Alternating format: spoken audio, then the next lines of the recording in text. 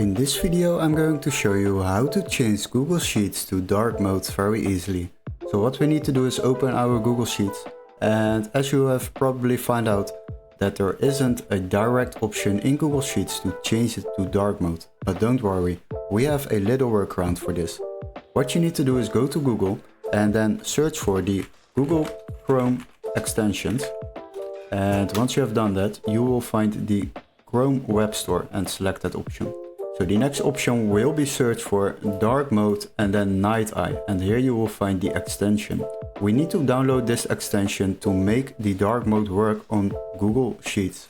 So add the Chrome extension to your browser, and once you have done that, add the extension. And if you go back to your Google Sheets and now simply refresh the page, it will be loaded into a dark mode. And as you can see, we have now successfully changed the Google Sheets into dark mode.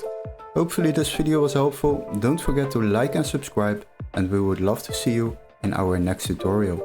Cheers guys, bye bye.